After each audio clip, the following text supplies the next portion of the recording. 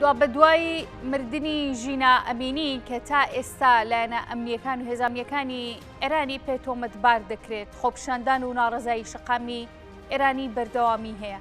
لێکدانەوەی جۆرا و جۆر بۆ پرسی خۆپیشاندانەکانی ئێران لە سەرەتاوە باسی لێوکرا و لێکدانەوەی جیاوازی بۆ کرا. هەر لە سەرەتای خۆپیشاندانەکانیشەوە بە جۆرێکی نوێ لە شۆڕش لە شقامی ئێرانیدا ناوبرا. تا ئێستاش خۆپیشاندان بەردەوامی هەیە. خۆپیشاندانەکان تونند و تیژی لێکەوتۆتەوە لەلایەن هێزە ئەمنیەکان و خۆپیشاندەران و لەسەر ئاستی نێودەوڵەتیم خۆپیشاندان و پێشلکردنی مافی مرۆڤ لەم ئانووساتەدا لێکدانەوەی نێودەوڵەتی هەیە و هەموو وڵاتانی جیهان سەبارەت بە ئێران تێبینیان هەیە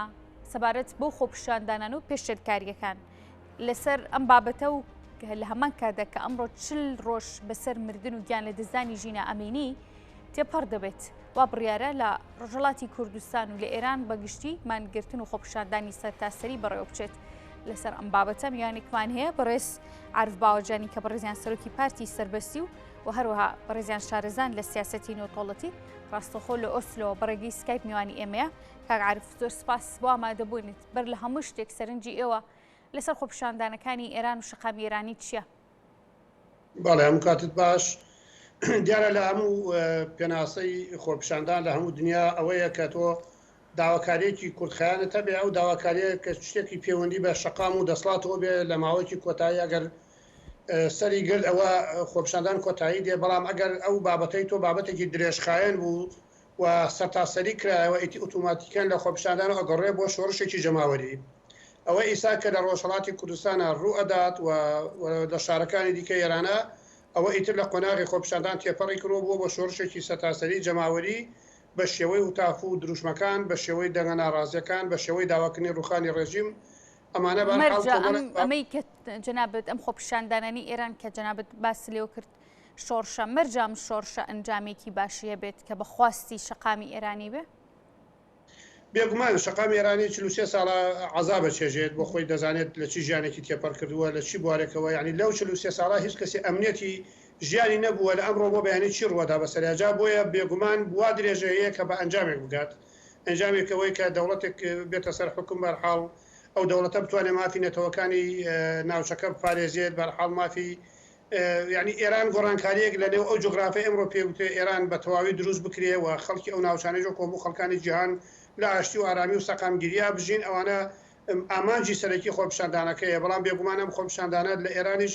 بابەتێکی ئالۆزە چونکە ئێران وڵاتێکە حەونەتەوە یعنی بە فارسەوە حەونەتەوەی تیا ئەژی کە 6 نەتەوەی غێرە فارسن و ئەمانش لە دوا ڕۆژە هەموو داوای مافی خۆیانەکەن و ئەوەی کە بینی لە عێراق بۆ نمونە تەنیا گەلی کورد و عەرەب زیاتر گەلی زۆری نەبوون بێژگە لە تورکمان کە کەمینەیە. ئەمان بینی کە تا ئێستاشە بینی بەردەوام مەسەلەی کورد مەسەلەیەکی بەرچاوە و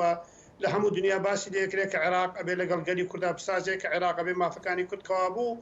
ئێرانێکی داهاتوو دروستبوونی حکوومەتێک بۆ ئێرانێکی داهاتوو یا ئەو ئێرانەی کە خەڵک چاوەڕێەکە و زەحمەتشە بەدێبێت ئەمە پرۆسەیەکەوە ئاسان نییە. زەحمەتە کاک عارف لەبەرەوەی وەک ئارزوم کردی بوونی نەتەوەکانی تری لەوەیە ئەو سیستەم و ئەو ڕژمە لەوەتی هەبووە یەک نەتەوە حاکم بووە تێدا و پێیان وا بۆ دەبێت کەمینە بە قەوڵی خۆیان هەرچەند نەتەوەکانی غێرە فارس کەمینە نین 65% بە پێی سەرژمێری خودی زۆربەی منبعی فارسیەکان 65% پێکاتە ئێران غێرە فارسە یعنی کەوا بوو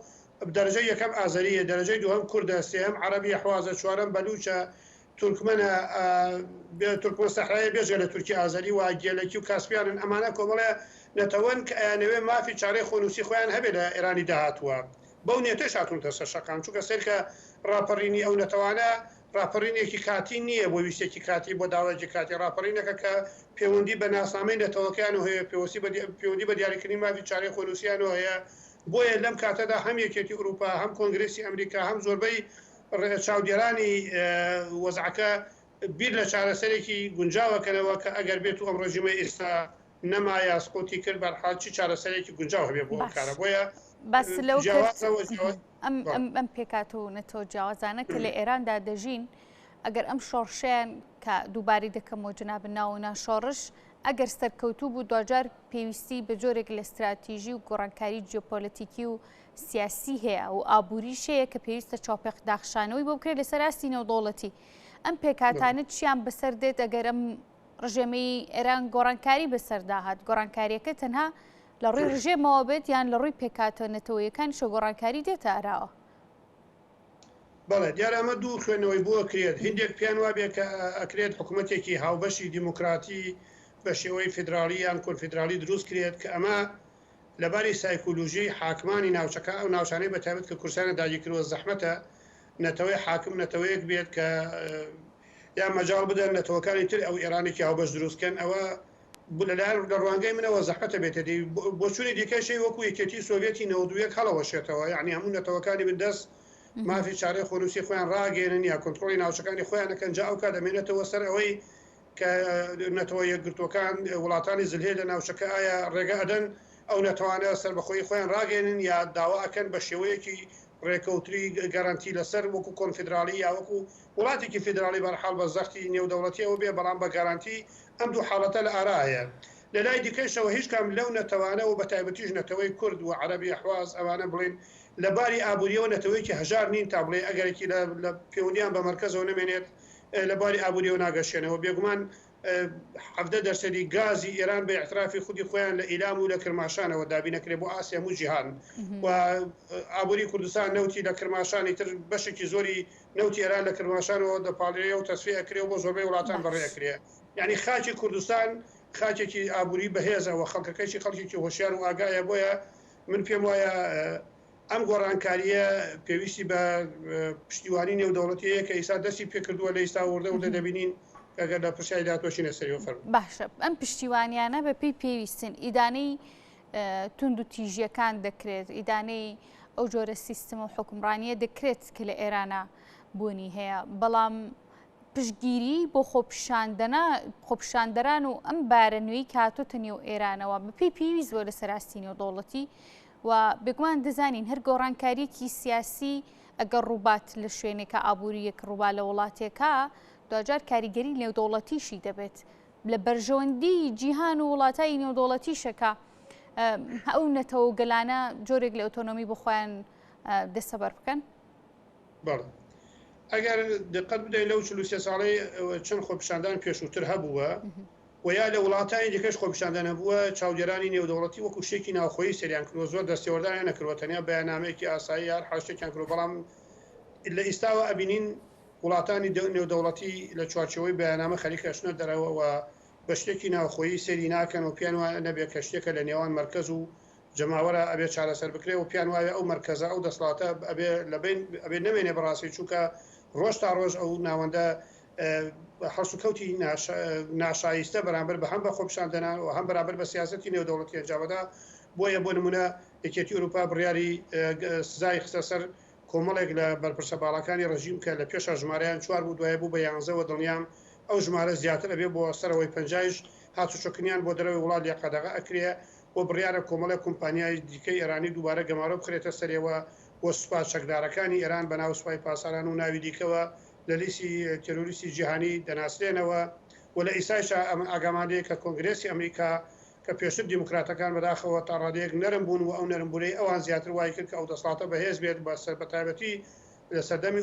ئۆباما بۆ خۆشیدان بۆ دەانێ کە نەدەبوو بەو شێوە لەو سەردەمانە ئاوا بە نەرمی بجوڵایەوە کە ئەو بگاتەم ئاستەوە ئیستا کۆنگرێسی هەردوو لە هەم کۆماری خۆزان و هەم دیموکراتەکانی سەرخاڵی ئەوەن کە پرۆسەیەک بدەن بە حکوومەت یا ڕێکەون لەسەر پاکێژێک کە بدرێ بە حکوومەتی ئەمریکا چۆن لەگەڵ وەزعەتە سەرڕۆکە من پێم وایە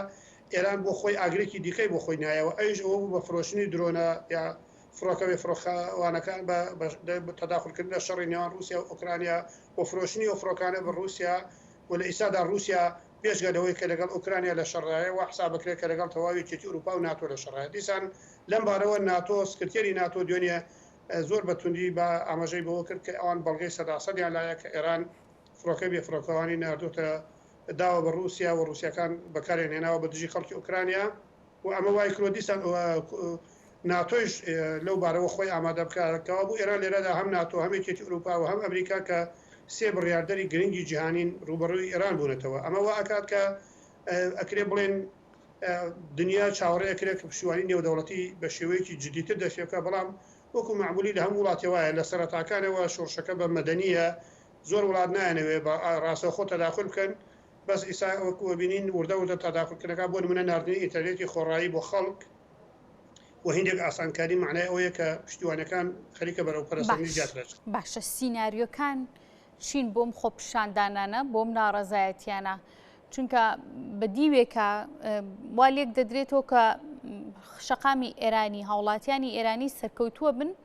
لەم هەڵمەتە و لەم خۆپیشاندان و ناڕزایەتی کە لە ئێستادا بەرپایان کردو. دیوەکەی دیکەش پیان وایە کە حکوومەتی ئێران حکوومەتێکی بەهێزە هێندە بە ئاسانی لەسەر حکم لا ناچێت. حکوومەتێکە گەڵاڵی پێشینەی کردووە بۆ هەر جۆرە ناڕزاییەک هەر جۆرە گۆڕانکاریەکی سیاسی و کۆمەڵایەتی کە دێتەنەوە ئێرانەوە. ینی ئەم سیناریۆ چۆن لێکدانەوەی بۆ دەکرێت؟ بەڵێ دیارە بێگومان هەمیشە ڕژیمی شوێتی وا خۆی شاندا کە ڕژیمێکی بەهێزە و کۆنتترۆلی هەموو جۆرە خۆپیشاندانێکە کە هەمیشە تۆقاندنی بەکارهێناوە لە ئیسادا لە ئەمڕۆ بۆ نمونە لە تەواوی شارەکانی ڕۆژهەڵاتی کوردستان لە زۆربەی شارە گەورەکانە هێزێکی زۆری سەربازی و کۆمەڵێک ئامێری سەربازی و سەرکوبکردن و تەیارە و ئۆتۆمبیلی سەربازی و دەبابە و نازام ناقیلە ئەمانەی ناوەتە دەوری شارەکان بۆی خەڵک تۆقێنێ بەلایە. بەڵام بەڕاستی خۆپیشاندانی ئەمجارە جیاوازترە لەبەر ئەوەی حتا کێشە و ناکۆکی خسۆتەنەوە هێزەکانی ناوخۆی ئێرانیەوە هێز ئەمنیەکانەوە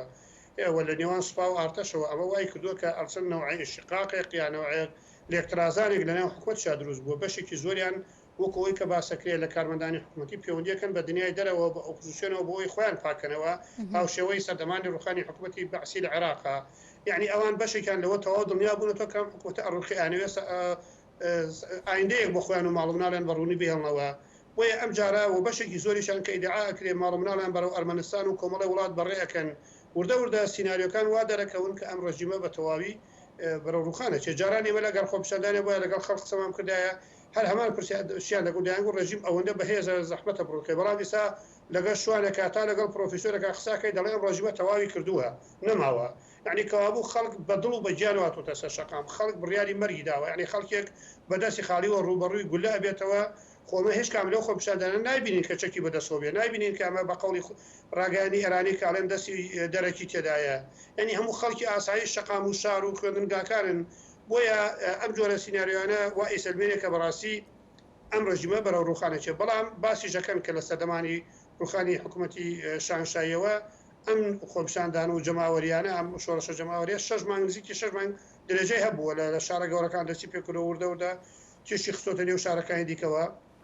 ئیساژ وا بینین ئەوە ئەمڕۆ تقریبا ئاماژە تا پێکرد یعنی ئەبێ بە چ ڕۆژ کە ژینە لێی دراوە بەڵام سێ ڕۆژی ماوە بۆی بەسەر فەوتەکەیە یا بە شەید بوونەکە ڕاگەندێ لە دوای سێ ڕۆژەی یعنی لەو ڕۆژەی کە ژینە شەید بووە تا ئێستا بەبێ ڕاوەستان شۆڕشی جەماوەری لە شەقامەکان دەستی پێکردووە. جاران هەفتەی یەکەمی کە لە کوردستان بوو ئیسا بەرەو پەرەسەندێکی زیاترە چێ. بۆیە پێم وابێت هەموو ئەگەرەکان هەموو بۆچوونەکان هەموو سیناریۆکان کە ئەبینرێت و هەموو هەوڵەکانی ئێران و بڵاوکردنەوەی پرۆپاگەندەی ناڕاست و درۆکەوتنەوەی لەلایەن خەڵکەوە و لەلایەن میدیاکانی عالەمیەوەی سلمێنێ کە هیچ ئەگەرێکی مانەوەی ئەم ڕژیمە نەماوە. یعنی ئەو بەهێزی جارانی نەماوە ئەو بتەوە بەهێزیە خۆب یەکگرتوویەی لەناو هێزە ئەمنیەکانی هەبوو لەناو سوپا هەبوو لەناو ئاخوندەکان. ئێستا لایەنی بەهێز کێیە تەنها خۆپیشاندەرانن یان حیزبە کوردیەکانیش لە ڕۆژهەڵاتی کوردستان دیارمە بەسمە ئەمانیش ئێستا پێگەیەکی دیکەیان هەیە بۆ ڕاستەکردنی شەقام ئەمان ڕۆڵیان چێ لە نێو خۆپیشاندانەکاندا و بەپی پێویست بۆ پشگیریەکانیان بۆ شەقامی ئێرانی؟ من ئاگادار بوو لە پەیوەندیا بووم لەگەڵ حیزبەکانی دیکەی ڕۆژهەڵاتی کوردستان وەکو هەموو حیزبەکان پێمان وابێ ئەم شۆڕشە لێگەڕێ بە شۆڕشێکی مەدەنی بێنێتەوە یعنی تا حاڵەتێکی زۆر نەهێتە پێشەوە هیچ پێویست ناکە حیزبی کوردی بە شێوەیەکی وجودی بە چەکەوە یا بڵێن وەکەوەی کە باسەکرێکەوە تەبلیغات دەکرێت هێزی پێشبەرگە چووەتەوە کە ئەوانە ئەسڵ ئەساسی نییە تا ئیسا بڕیان نەدراوە بەو شێوە بەژاری بکرێت چونکە جەماوەری ڕۆژهەڵاتی کوردستان جەماوەرێکی ژمارەکەم نییە بۆ خۆی بەبێ بەژاری حیزبەکانی و تا ئیسا کاری خۆی بە ڕێکپێکی ئەنجام داوە. بەڵام بێگومان لە کاتی لاوازبوونی دەسڵات یا لە کاتی نەمانی دەسڵاتە ئەرکی سەرشانی حیزبەکانە زۆر زوو خۆی بگەێنێتەوە نێو خەڵکەوە و لەوێ بە شێوەیەکی کاتی بێ بەرحاڵ ئیدارەی ناوچە کوردستانەکان بکرێ و ڕێگە لە هیندێک ڕووداوی مەترسیدار بگیرێ و سنوورەکانی کوردستان بپارێزێت کە من هیوادارم لە ڕێگەیەم ترێبوونیشەوە داواکەم کە حیزبەکانی ڕۆژهەڵاتی کوردستان زۆر بەپەلا هەوڵ بدەن بۆ دروستکردنی بەرەیەکی کوردستانی بۆ ئەوەی بتوانین لە ئەو مەترسیانەی ئەگەری دروستکردنی ئەم بەرەیە هەیە بەداخەوە تا ئێستا وەکو لەگەڵیان قسەکەی ئەڵێنەمە کاتی زۆرەوێ بەڵام بۆ هینێک شتی دیکە کاتی زۆر نایە بۆ نمونە بۆ ڕێکەوتن لەگەڵ ئۆپۆزیسیۆنی ئێرانی لە دەرەوە لەگەڵ بەشێکیان ئەبینی لە خلای هەفتەیەکە لە چوار کۆبوونەوەی ئەلکترۆنی ئەبینی ڕاگەیەندرێ بەڵام بۆ ڕۆژهەڵات ئەوەی جێگای گلێیە تا ئێستا ئەو دڵخۆشیە بەگوێ ئێمە نەگەیشتووە کە من زۆر جار بۆ خۆم پرسیارم کۆ لەگەڵ بەرپرسی حیزبەکان دەڵێن فلان ئەمە کاتی زۆر ئەوێت و هەبێ شیکاری زۆرتری ئەوێت کە لە حاڵەکە کاتەکە زۆر زەرورە و پێشتریش دەمبارەوە زۆر قسە کراوە منی وادارم ئەم کاتە لەوە زیاتر دوان نەخرێت چونکە ئەمڕۆ ڕۆژێکی زۆر زەرورە ئێمە بە بەرەیەکی یەکگرتووی کوردستانی بگەڕێنەوە ڕۆژهەڵات هەمەتوانین کاری باش بکەین و هەمەتوانی بەرگری لە شەڕی ناوخۆیی و لەینێ ڕووداوی مەترسیدار کە عادەتەن ئەو ڕژیمە دیکتاتۆرانەوەی ئاساوی خراپدانێ لە پاشخۆیانەوە بە ڕوخانی هەر ڕژیمێکی دیکتاتۆر ئەبینی چەند ساڵێک نەئارامێکی زۆر لەو ناوچانە ڕوەدات و بەرحاڵ زۆر خەڵکی خراپکار هەن کە لە شوێنەکانیەوە گروپی خۆیان خزیێت ناوچەکەەوە بۆ تێکدانی ئەمنیەتی ناوچەکە باشە ئێران سەرباری ئەو گەمارۆ قورسی کە چەند ساڵێکە لە سەرەتی لەلایەن بەشێک لە وڵاتانی ڕۆژ ئاواوە دیارەمە بستم گەمارۆی ئابوووریە ئەمەیەکێکە لە بابەتە زۆر گرنگەکان کە بەردەوامی هەڕەشی دیکەشی لێ دەکرا کە گەمارۆکان لەسەری قورستر دەبێتەوە ینی سەرباری گەمارۆکان ئێران هەر بە زیندوێتی مایە حکوومەتی ئێران هەر بە زیندوێتی مایەوە هۆکاریە بەهێزی ئێران بۆچی دەگەڕێتەوە و چاوەڕێ ناکرێت لەم هەنگاویشدا دووبارە ئێران هەر بە سەرکەوتووی و هەر بە بەهێزی بمێنێتەوە دیارە بێگومان هەر گەمارۆیە کرابێتە سەر ئێران تەنیا بۆ سەر خەڵک و شەقام دروست بووە دنیا بۆ خۆیان دەسەڵاتدارانی ئێرانی هیچ کاتێک نە وڵاتەکە وڵاتێکیونی هەژارە بە ئیمکاناتیدا وڵاتێکی زۆر حوتمن وڵاتی دنیای لە ئاسی نەوتەوە لە زۆر بواری ئابوووریەوە بەڵام ئابووری ئێران هەمیشە بە هەڵە بەکارهاتوە ئابووری ئێران هەمیشە بۆ خەڵکی ئێران بەکار ناتوە بۆ وڵاتانی دەرەوە یا گروپەکانی دەرەوە ئێران بەکاراتەوە بۆ نمونە بە ملیۆنان خەڵک لە تاران و شارەکانی ڕۆژهەڵاتی کوردستان و بەلوچستان شوێن نییە ئەسڵەن لەسەری بخەون لەسەر کارتونە خەون پیانان کار بەڵام بە ملیاردار دلار بۆ لوبناان و حیزب الله و سووریا و یەمەن و حوسیەکان و نازانم چۆ ئەو شوێنانە ینی خەڵکی ئێرانە واقعابینە بە چای خۆی بۆیە هەر ئاکامی زۆری بەشداری بەجۆشی فارسەکانش دەم خۆم پیشاندانە ئەوەیە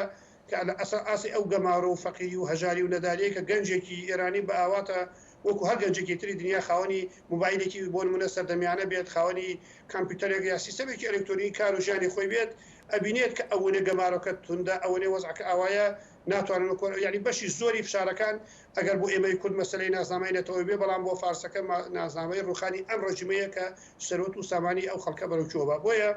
بۆ ئێران پێی خۆشە هەمیشە گەمارۆ بێ بۆی سۆزی خەڵکەکە ڕاکێشێ بڵێ ئێمە وڵاتێکی ئیسلامین ئەوتە وڵاتە کافرەکان گەمارۆ خەنە سەرمەن بۆ نمونە بە مەسلەی بەرژامە ماوەی ئیدعاکرا کە بەرژامە یعنی ڕێککەوتنی ئەتۆمی ئێران و ئەوروپا نزیک بووتەوە ئەویست بەو ئیدعاە گوایە دڵی خەڵک خۆشکاتەوە وردە و هێور خەڵک ئارام کاتەوە بەڵام ئەوە ئیستا ئابینین کە بەرژام دیسانەوە بەبێ دروست بوون مردەوە چونکە بەم شێوە ڕۆژۆمان لێ بوو لێکێتی ئەوروپا کە بە هیچ شێوەیەک مەسلەی دیالۆجی چەکی ئەتۆمی نێوان ئێران و یەکێتی ئەوروپا ڕاگرین چکە لەبەرەوەی لە ئیسادا وەزعکە وەزعێکی دیکەیە وامە هیچ پێوە ینی ئێمە ناتوانین لەم کاتا هیچ باوەڕمان بەم ڕژیم هەبێت کە وەکو ڕژیمێک نوێنەری ئیسای خەڵک بێ هەتا ینی بۆ کاتێکی نادیار دواخراکەوە بوو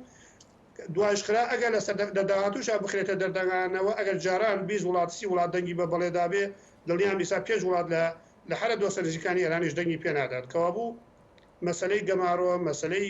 پێودەکانی ئێران لە ئاسی نێودەوڵەتیە بە تەواوی معنا خراپتر بووە بۆ تەپیوە و ئێران دۆستەکانی خۆی حتا لە جنوبی ئەمریکاش لە دەستاوەوە وەکو بینین لە زۆربەی وڵاتانی جنوبی ئەمریکا خۆپیشاندان بۆ پشتیوانی گەلان و گەلانی ئێران بڕێکخراوە لە ئەرژەنتین دیتومانە زۆر وڵاتی تومانەکە ئەسڵ ئێران لە کۆبا لە زۆر شوێن کە ئێران قەتەوەقعی نەکرد ینی ڕۆژێک لە ڕۆژە ئەو وڵاتانش کەوابوو جەماوەری دنیا هاتوۆتە سەر شەقامەوە و خەڵکی شەقامەکان داواکەن لە حکوومەتەکانیان پەیوەندیان لەگەڵ ئەم وڵاتە ببڕن ئەمڕۆ ئەڵمان داوای کردووە لە زۆر فەرەنسا داوا کراوە لە نەروی شەروا لە زۆر شوێن بەڵێ کاعرف زۆر سپاس دەکەین کە میوانی ئێمە بوویت بەڕێز عارف باوەجانی کە بەڕێزیان سەرۆکی پارتی سەربەستی و شارەزای سیاسەتی نێودەوڵەتی بۆ ڕاستەوخۆ لە ئۆسلۆ بەڕێکەی سکایپ میوانی ئێمە بوو مامتون نەبین دووبارە سپاس